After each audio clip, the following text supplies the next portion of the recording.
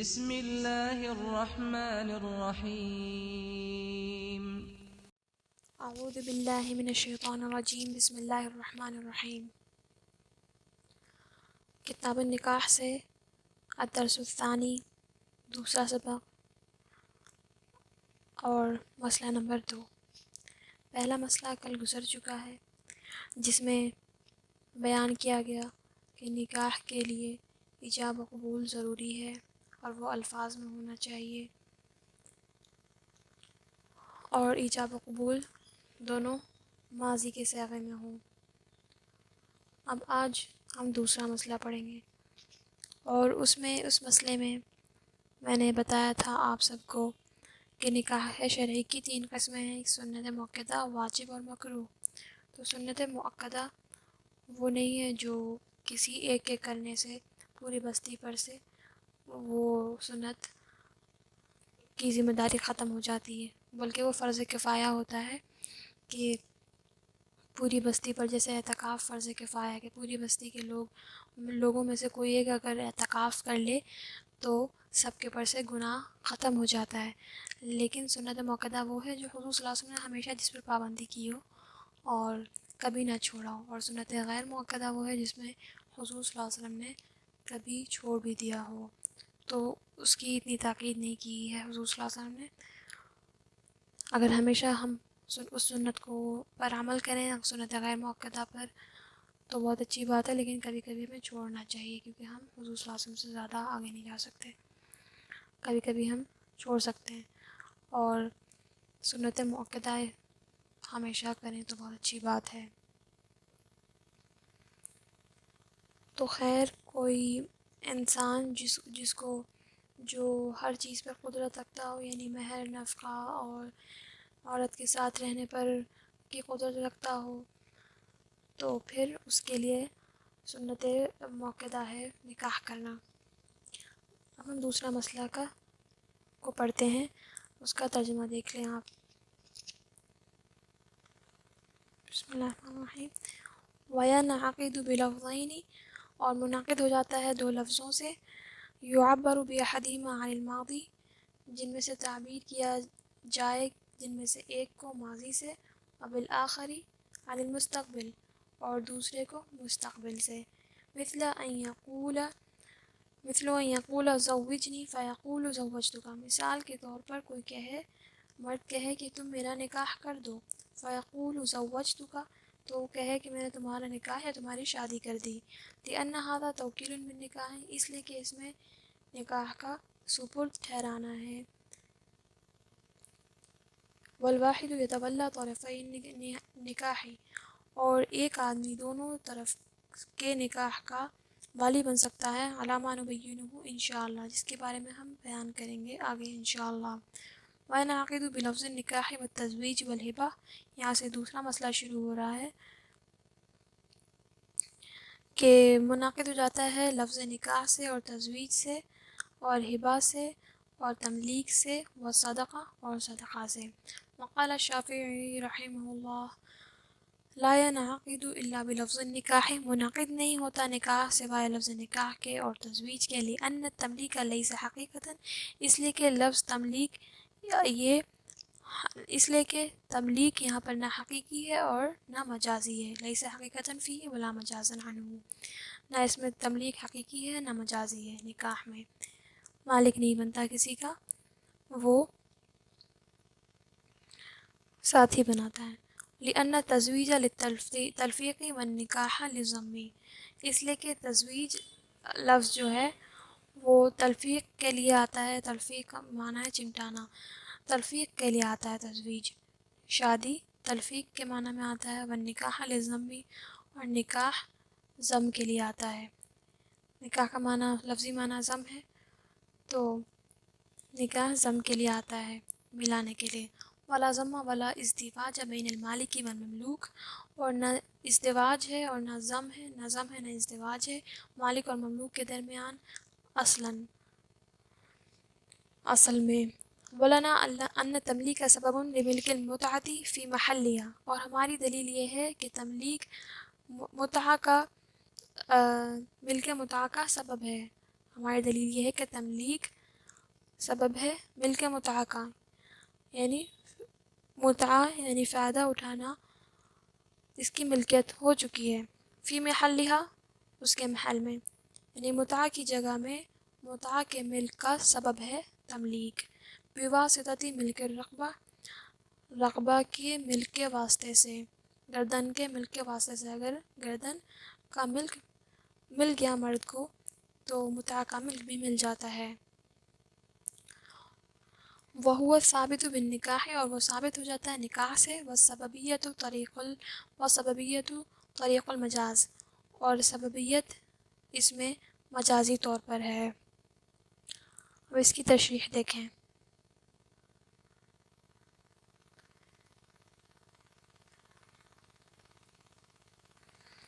بسم اللہ الرحمن الرحیم۔ پہلا مسئلہ ہے وَيَنْعَقِدُ بِلَفْظَيْنِ يُعَبَّرُ بِهِمَا عَنِ الْمَاضِي، یہاں سے یہاں تک ایک مسئلہ ہے۔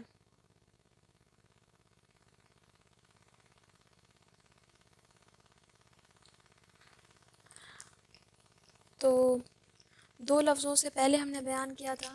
کہ دونوں لفظ ماضی ہوں اور ایجاب و قبول میں دونوں لفظ ماضی ہوں، یعنی ولی کہے، ایجاب وہ ہوتا ہے جب لڑکی کا ولی کہے کہ میں نے تمہارا نکاح کر دیا اپنی بیٹی سے، زوجتک بابنتی، تو لڑکا کہے قبلت، میں نے قبول کیا، دونوں لفظ اس میں ایجاب و قبول ماضی کے ہو گئے۔ اسی طرح پھر لڑکے کا ولی پوچھے گا لڑکی سے کہ زوجتک بابنی، میں نے تمہارا نکاح اپنے بیٹے سے کر دیا، تو لڑکی کہے قبلت، میں نے قبول کیا۔ اس میں دونوں لفظ یعنی ایجاب و قبول ماضی ہیں تو نکاح درست ہے۔ دوسرا مسئلہ یہ ہے کہ ایجاب و قبول میں اگر ایک ماضی ہو اور دوسرا مستقبل ہو تب بھی نکاح منعقد ہو جاتا ہے، اس بارے میں مسئلہ ہے۔ اس میں ائمہ کا تھوڑا اختلاف ہے۔ پہلے والے مسئلے میں ائمہ کا اختلاف نہیں ہے کہ دونوں اگر ماضی ہوں تو ہو ہی جاتا ہے نکاح، لیکن اس میں تھوڑا اختلاف ہے۔ لیکن اس کے بارے میں ابھی زیادہ گہرائی میں نہیں جائیں گے ہم، اس کے بارے میں آگے بتایا جائے گا۔ اس میں وَيَنْعَقِدُ بِلَفْظَيْنِ، اور دو لفظوں سے نکاح منعقد ہو جاتا ہے۔ يُعَبَّرُ بِأَحَدِهِمَا عَنِ الْمَاضِي، جن میں سے ایک کو تعبیر کیا جائے ماضی سے اور دوسرے کو مستقبل سے۔ تو متن میں مستقبل کہا گیا ہے، لیکن مستقبل کا مطلب ہے صیغہ امر۔ مثلا لڑکا کہے کہ میرا نکاح کر دو لڑکی کے ولی سے، میری شادی کر دو، لڑکا کہے، اور پھر لڑکی کا ولی کہے کہ میں نے تمہاری شادی کر دی، تو اس طرح بھی نکاح منعقد ہو جائے گا۔ اس میں لڑکا لڑکی کے ولی کو اپنا وکیل بنا رہا ہے، اپنا ذمہ دار بنا رہا ہے، اس نے اور لڑکے کے تو اس نے جو جملہ کہا کہ میرا نکاح کر دو، یہ ایجاب نہیں تھا اور نہ ہی قبول تھا یہ، بلکہ لڑکے نے صرف وکیل بنایا ہے لڑکی کے ولی کو، اور لڑکی کا ولی وہ اپنی طرف سے، لڑکی کی طرف سے تو اصل ہے، اس وجہ سے اس نے لڑکی کی طرف سے تو ایجاب کر لیا، اور اس کے بعد کہا زوجتک، میں نے تمہارا نکاح کر دیا بابنتی، اپنی بیٹی سے، تو اس نے ایجاب و قبول دونوں ایک ساتھ کر دیا، لڑکی کی طرف سے بھی اور لڑکے کی طرف سے بھی۔ اس طرح بھی نکاح ہو جاتا ہے، یعنی ایک جو ہے عقد میں ایک صیغہ امر ہو اور دوسرا صیغہ ماضی ہو، اس طرح بھی نکاح ہو جاتا ہے۔ اور اس طریقے سے دو ولی کی بھی ضرورت نہیں پڑتی، بلکہ ایک ہی کا ولی دونوں کے لیے کافی ہو جاتا ہے۔ لیکن یہ طریقہ صرف نکاح میں ہی درست ہے۔ اگر دوسرا کوئی اور عقد ہو جیسے بیع وغیرہ میں اس طرح سے دونوں طرف کا ذمہ دار ایک ہی آدمی بنے، تب درست نہیں ہے۔ اور اس کے بارے میں آگے انشاءاللہ ہم اور بیان کریں گے مسائل۔ اب دوسرا مسئلہ آپ یہ دیکھیے، وَيَنْعَقِدُ بِلَفْظِ النِّكَاحِ وَالتَّزْوِيجِ وَالْهِبَةِ، اور نکاح منعقد ہو جاتا ہے لفظ نکاح سے اور تزویج سے اور ہبہ سے اور تملیک سے اور صدقہ سے۔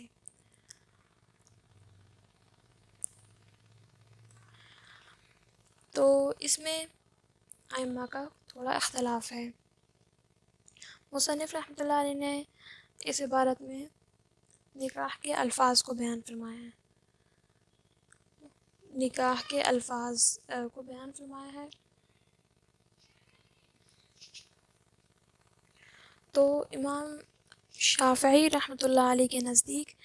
نکاح صرف نکاح اور تزویج سے ان دو لفظوں سے ہی نکاح ہوتا ہے، شادی ہوتی ہے، یعنی انکحتک یا انکحنی، اس طرح ماضی اور امر کے صیغے سے، اور اگر دونوں ماضی ہوں جیسے نکحتک، انکحتک میں نے تمہارا نکاح کیا، اور پھر لڑکا کہے قبلت، تو دونوں ماضی ہیں۔ ان دونوں طریقوں سے کسی بھی طریقے سے نکاح کیا جائے لیکن الفاظ نکاح یا تزویج کے ہوں تو نکاح ہو جاتا ہے امام شافعی رحمۃ اللہ علیہ کے نزدیک۔ لیکن امام ابو حنیفہ رحمۃ اللہ علیہ کے نزدیک اس کے برعکس ہے، ان کے نزدیک یہ کہ نکاح اور تزویج سے تو ہو گئی، ہبہ اور تملیک اور صدقہ سے بھی ہو جائے گا، جیسے کہے کہ میں نے تمہیں اپنی لڑکی ہبہ کی، یا پھر میں نے تمہیں مالک بنایا اپنی بیٹی کا، یا میں نے تمہیں اپنی بیٹی صدقہ کی، تو چاہے وہ ہبہ فری میں نہ کرے، مہر دینا ہی ہوگا، وہ تو نکاح کی شرط ہے، مہر تو دینا حق ہے لڑکی کا، مہر دے ہی۔ اور پھر بھی اس طرح سے امام شافعی رحمۃ اللہ علیہ کے نزدیک نکاح نہیں ہوگا، لیکن امام ابو حنیفہ رحمۃ اللہ علیہ کے نزدیک نکاح ہو جائے گا، اس لیے کہ امام شافعی رحمۃ اللہ علیہ اس بارے میں دلیل دیتے ہیں کہ تملیک حقیقی ہے اور نہ مجازی ہے۔ اس میں کوئی بھی انسان کسی عورت کا مالک اگر بن رہا ہے، کوئی مرد اس سے نکاح کر رہا ہے، تو وہ نہ وہ مالک بنتا ہے، نہ حقیقی طور پر اور نہ مجازی طور پر۔ حقیقی طور پر تو اس لیے نہیں کہ اس کو مہر دینا تو ہے ہی، مہر حق ہے عورت کا، اور مجازی طور پر اس لیے کہ مجازی طور پر بس ایسے ہی کہہ دیا کہ میں مالک بنا ہوں اس عورت کا، ایسا بالکل بھی صحیح نہیں ہے، کیونکہ عورت اس کی ملکیت میں نہیں آئی بلکہ اس کی بیوی بنی ہے، ابھی بھی وہ بہت آزاد عورت ہے۔ اور نکاح میں وہ کہتے ہیں کہ نکاح میں جو ہے چمٹانا اور ضم وغیرہ ہوتا ہے جو کہ تملیک میں نہیں ہوتا، مالک اور مملوک کے درمیان وہ تلفیق بھی نہیں ہوتی اور نہ ضم ہوتا ہے، بلکہ گردن کا مالک ہوتا ہے اور برابری نہیں ہوتی دونوں میں۔ وہ یہ کہتے ہیں کہ حقیقت اس لیے نہیں کہ نکاح کے حقیقی معنی ہے ضم اور تزویج کے حقیقی معنی ہے تلفیق، اور دونوں معنی جو ہے ملکیت میں، مالک بننے میں، مرد اگر کسی عورت کا مالک بنتا ہے، باندی کا مالک بنتا ہے، تو یہ دونوں معنی نہیں پائے جاتے، اور مجازن اس لیے کہ مالک اور مملوک کے درمیان بہت فرق ہوتا ہے اور وہ دونوں بالکل الگ الگ ہوتے ہیں، تو ان کے درمیان برابری والا تعلق نہیں ہوتا، اس لیے مالک اور مملوک والا رشتہ میاں بیوی کا نہیں ہوتا، اس لیے ان الفاظوں سے نکاح نہیں ہوگا۔ اور امام ابو حنیفہ رحمۃ اللہ علیہ کی دلیل یہ ہے، جس کا حاصل یہ ہے کہ تملیک وغیرہ الفاظ سے نکاح تملیک وغیرہ الفاظ نکاح کے معنی میں مجازن استعمال ہوتے ہیں، کیونکہ اس میں تملیک ملک رقبہ کے واسطے سے، اگر کوئی انسان کسی رقبہ کا مالک بنتا ہے تو اسی طرح